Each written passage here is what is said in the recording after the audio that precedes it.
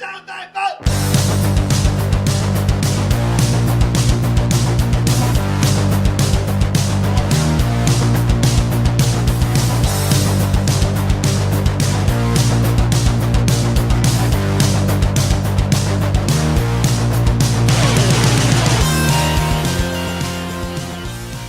what's up everybody? Welcome back to another episode of Stay Tuned Sports. This is your good friend Jimbo here, back with our weekly combat sports show, I guess if you want to call it that. Got some news to talk about. Unlike last week was a little slow, but BJ Penn decision on his fight with Nick Lentz has come out. BKFC has signed 2 new fighters to their roster. Cris Cyborg announced who what promotion she's gonna fight with. Probably for the rest of her career now, being 37 years old and towards the end of her career. And we have a big pay-per-view, UFC pay-per-view this weekend, UFC 242, and I'll give my picks for that pay-per-view at the end of the show. So before we get all into this news from the past week, head over to Twitter, follow the show at ST Sports Podcast, follow my personal one at Jimbo ST Sports. You can also follow Shoulders at STS O'Brien. Head over to Facebook and YouTube, like, subscribe, share them with your friends and family. Help us make this show bigger and better for your listening pleasure. So, like I said, BKFC, I consider signing 2 big names, 2 heavyweight guys, Antonio Bigfoot Silva and Gabriel Gonzaga. Both have fought in the UFC. Both have been in title contention. And, I kind of like these signings too, because the heavyweight division really, it's kind of thin, I consider. You got Joey Beltran, Sam Shoemaker. You got these 2 now. You got Sherman, who is the champion right now, Chase Sherman. And Adams, who just lost the belt to Sherman, in there. So really you only have like 5 or 6 guys. So it's good to bring these 2 guys in. I know they're older, especially Antonio Silva lately has been getting knocked out a lot. I think I saw something that he's lost like the last 5 fights or whatever when it comes to mixed martial arts. He is part of the Glory organization for kickboxing, so he started doing some kickboxing again. And he said that he came over to Bare Knuckle Fighting Championship because he wanted to showcase his boxing skills, which, if we all remember him against Alistair Overeem, he just destroyed him, and I remember watching that. I thought he killed him. And then with Gabriel Gonzaga, one of the better knockouts that I remember him was with Mirko Cro Cop. He knocked his head into like the 5th row, and it was the kick, heard around the world.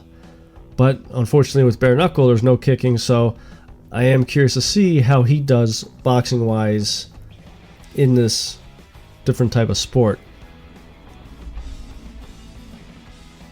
Now Gonzaga, the last time he fought was May 18th, and that was against Elamenko, and ended up losing that one.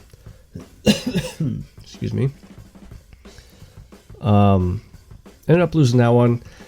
And again, UFC at the time when he knocked out Cro Cop wasn't really that big with heavyweight names. Brock Lesnar wasn't there yet. I believe Randy Couture was still fighting. And so it was very easy to be considered a title contender in that division. Not saying he wasn't the best, but he wasn't the worst. So I mean, it was average. So, but this fight here, I could just picture now. I could see it both being a a knockout and a double knockout. The only thing I'm worried about is because they are very big guys. What are they going to weigh in at, and are they going to gas out?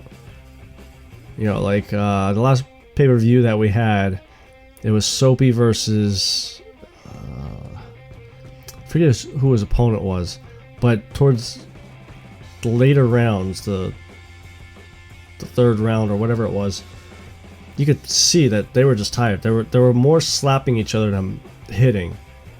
And these two, Silva and Gonzaga, are a lot bigger guys than Soapy. So I'd be curious to see if they are in shape as well. No other fights were announced for that card yet, too. And I just realized the other night when I saw about them signing this, I've been on the train for the BKFC, trying to help make it get bigger and better and stuff like that, and have been behind this whole way more than UFC.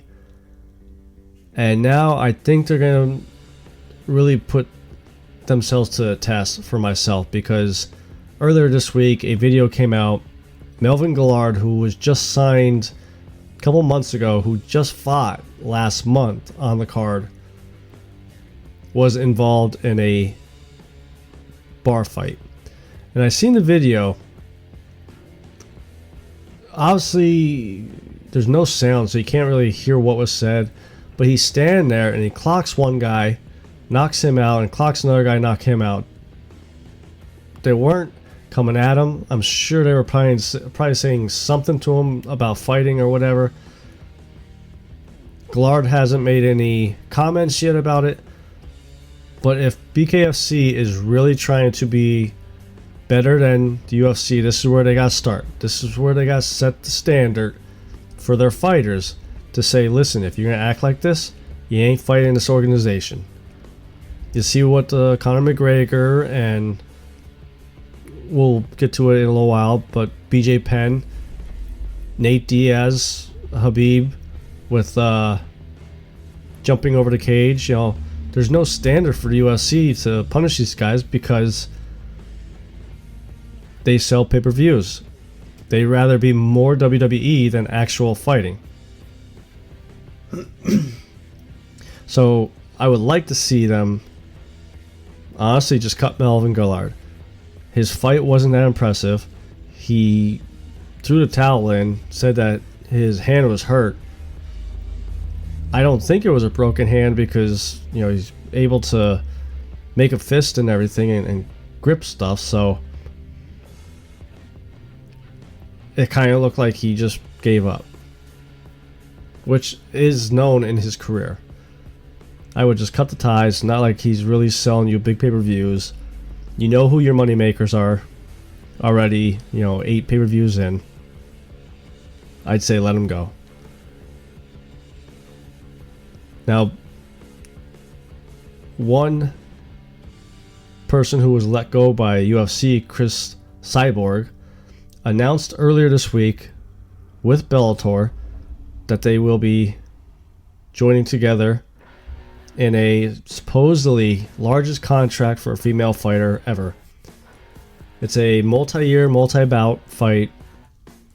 The figures weren't released or anything, but Scott Coker, promoter for Bellator, said it's the biggest contract ever for a female fighter. Now, a little backstory with Cyborg and Scott Coker.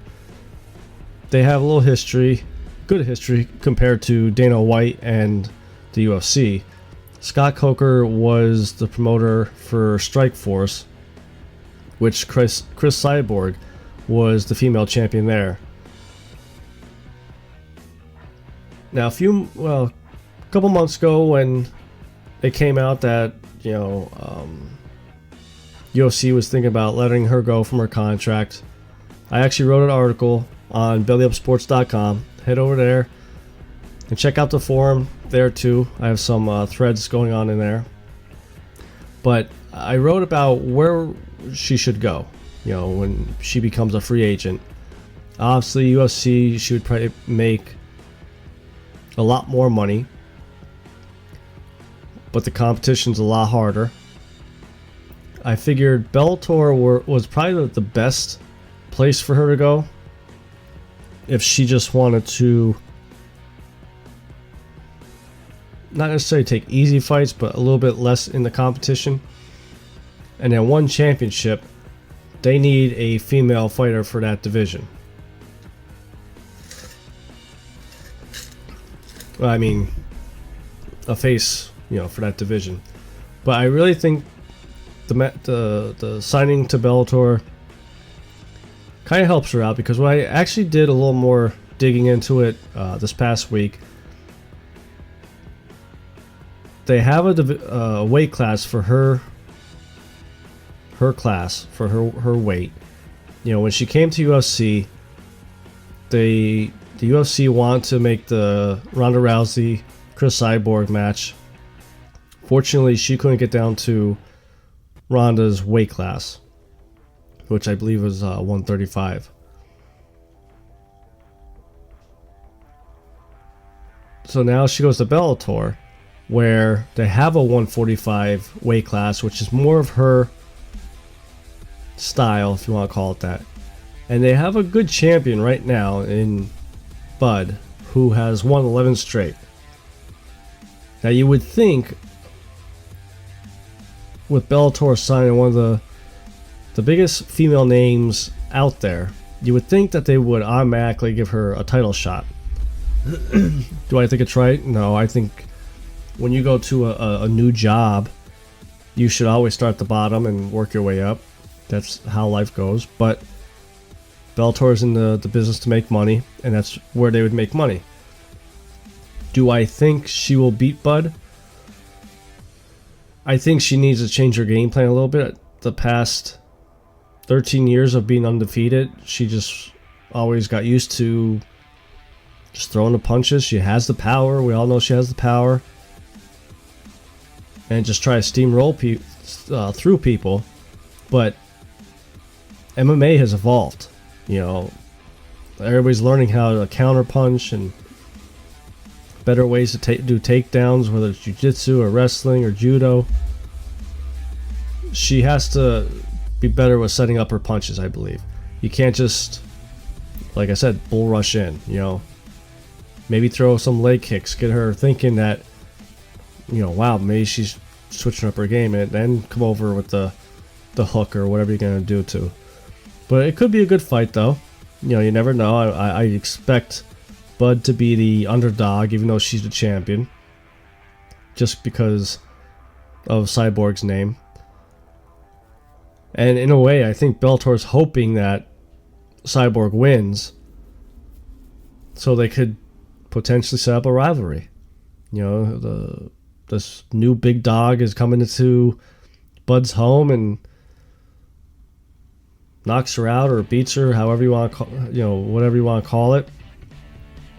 And Bud's got to try to get her championship back. And there's other female fighters in that division too that probably are better than most of the female fighters in the UFC. I've said for a while, I just don't think the UFC is putting enough time and money towards help bringing the young females along, the prospects, helping them get better. But I'm glad for Cris Cyborg that she got to pick where she wants to go. She seems happy, and that's the other thing too, is you see Scott Coker never really bash any of his fighters. Always positive, always something good to say, even if the fight is bad. Whereas Dana White, you don't go for a double leg takedown 10 seconds left in the fight when you're mauling a guy. It works for him, fine, but that's why your fighters don't like you. And that's why your fighters are starting to leave or asking for releases. The one thing that Cyborg did say, and that's why I'm kind of pulling for it, that if they do give her a championship fight, that she wins. She said that her goal is to become the only female fighter to hold 4 different major titles in the same division, which she was already the featherweight title in UFC, Strikeforce, and in Invicta FC. So hopefully, like I said, they match her up against Julia Budd, and it's not no 3 o'clock in the morning type fight. Hopefully it's 8, 9, 10 o'clock at night. I'll stay up and watch that. One fighter that we're not going to see ever fight in UFC again is unfortunately BJ Penn. So last week came out that he got into another bar fight about a month after getting into another bar fight. And this video was a little disturbing. The first video that got released showed him on top of a guy beating the living daylights out of him. And then the next day comes out that after the guy got up from that video, started going back at BJ Penn, hit him once, and I swear you could hear BJ say, "Go ahead, punch me again." And the guy punched him and knocked him down to the ground, and he was falling like he was knocked out. Now, BJ Penn's representative, family representative, whatever you want to call it, came out and said that all he was trying to do was defuse a situation that happened in the bar, and got to a point where BJ felt like he had to defend himself, and that's where the videos came in. Again, this is 2 bar fights within a month or 2 of each other. He's got to find better people to be hanging around with. Like BJ said, he's going to the courts for custody of his kids. He has the domestic abuse allegations from earlier this year going on. He has all this stuff, and you're still hanging around, going out partying, and hanging around not the right people. Listen, I'm all for you going out on the weekend and drinking and have a good time to kind of release or whatever.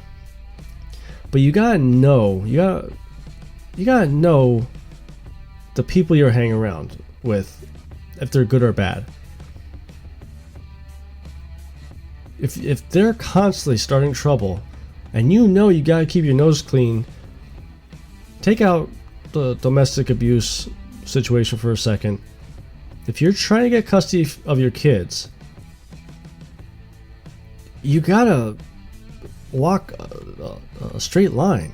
You can't be messing up left and right here and think the judge is going to give you even supervised custody of your kids. Not going to happen. And I'm kind of worried that this is going to definitely affect that. But I'm even more worried for BJ Penn, because it just seems like he doesn't want to get out of his own way. And even Dana White, who announced that you will never see BJ Penn fight in the UFC again this past week. They were trying to set up the grudge match between Penn and Nick Lentz for a December fight, but Dana White said on ESPN, that's done. We're just not doing it. What he saw in that video was sad. And it wasn't that the videos broke the straw that broke the camel's back either. He goes, it's just proof that BJ needs to look at himself and get himself right. Figure out what's the matter and fix it. And as much as I shit on Dana all the time and everything like that, and it may be a PR stunt, but at least he said, if BJ needs help and he needs my help, I'm a phone call away. And I really think Dana really feels that way. BJ came in to the UFC at a young age, when Dana White was trying to make the UFC a legitimate organization, and BJ helped build that lightweight division up. Yeah, I mean, he's considered the best, if not one of the best. So I'm hoping, for his sake, that BJ Penn, this wakes him up a little bit and says, you know what, I gotta take a step back, get my priorities straight, figure out who I gotta cut from my life that is toxic, and maybe I could go to Bellator or another organization to keep my career going.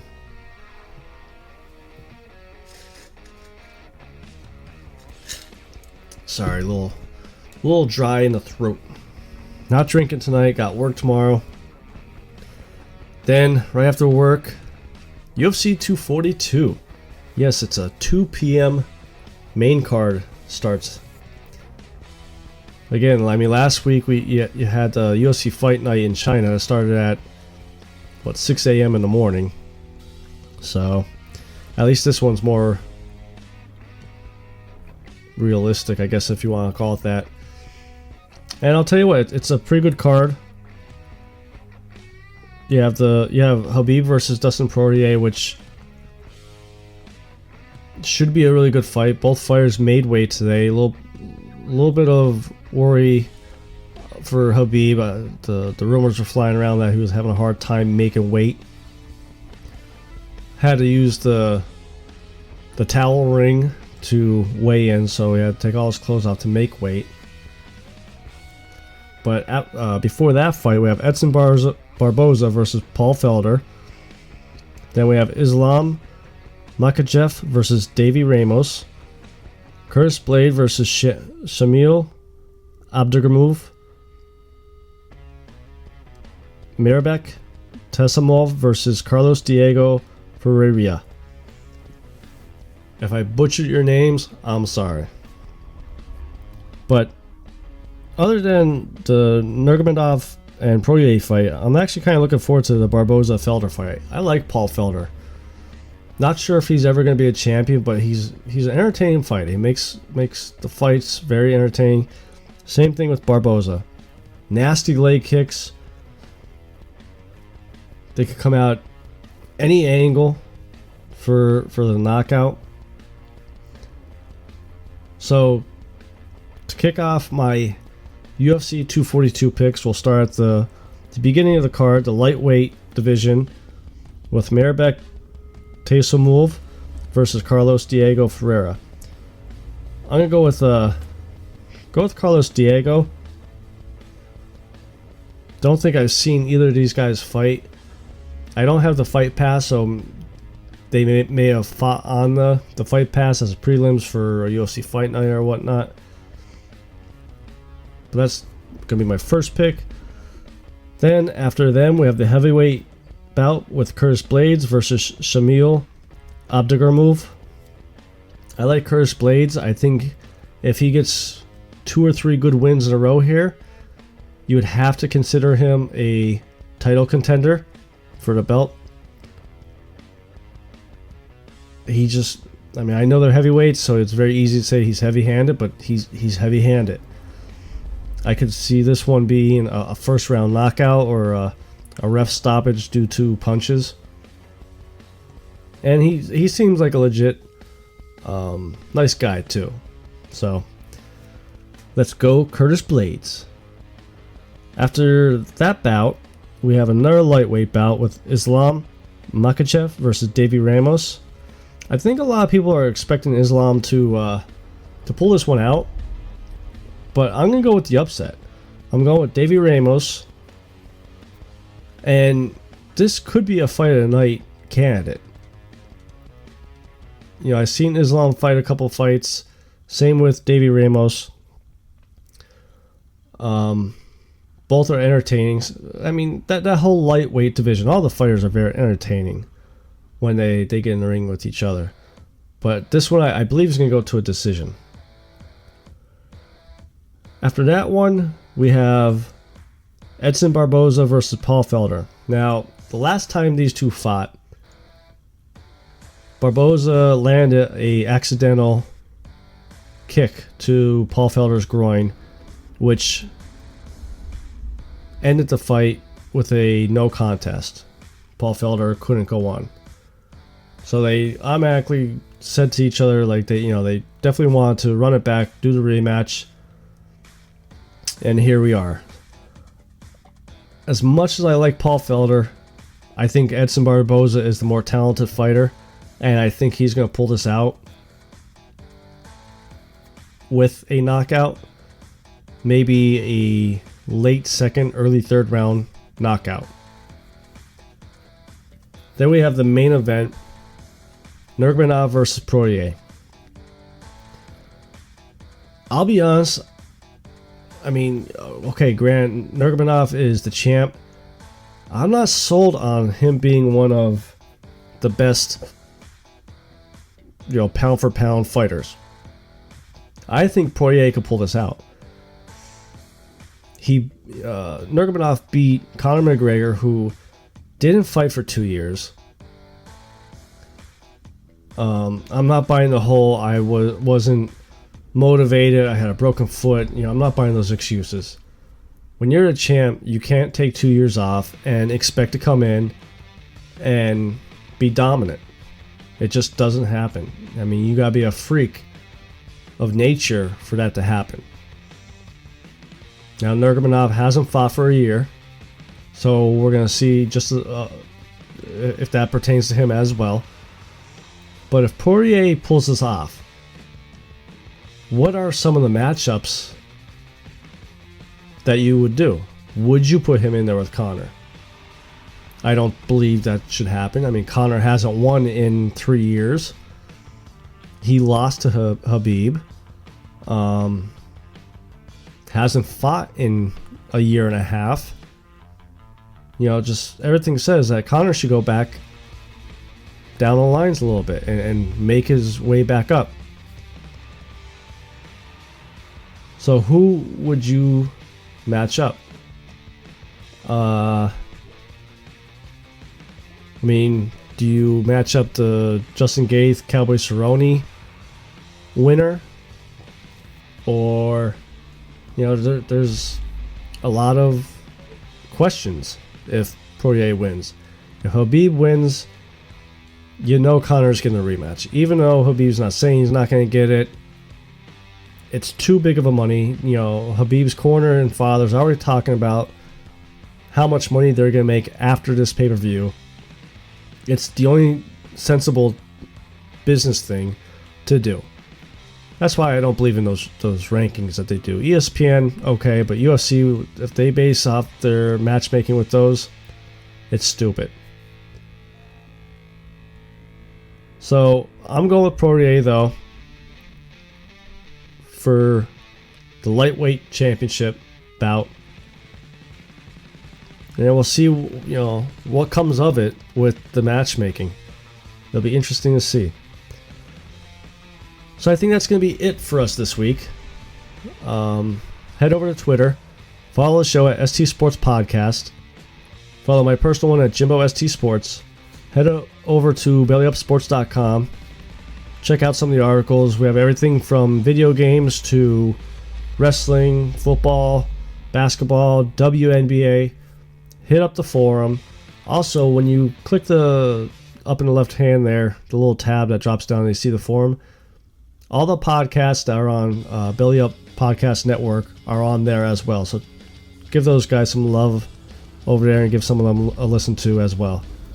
So till next week, this is your good friend Jimbo, signing out.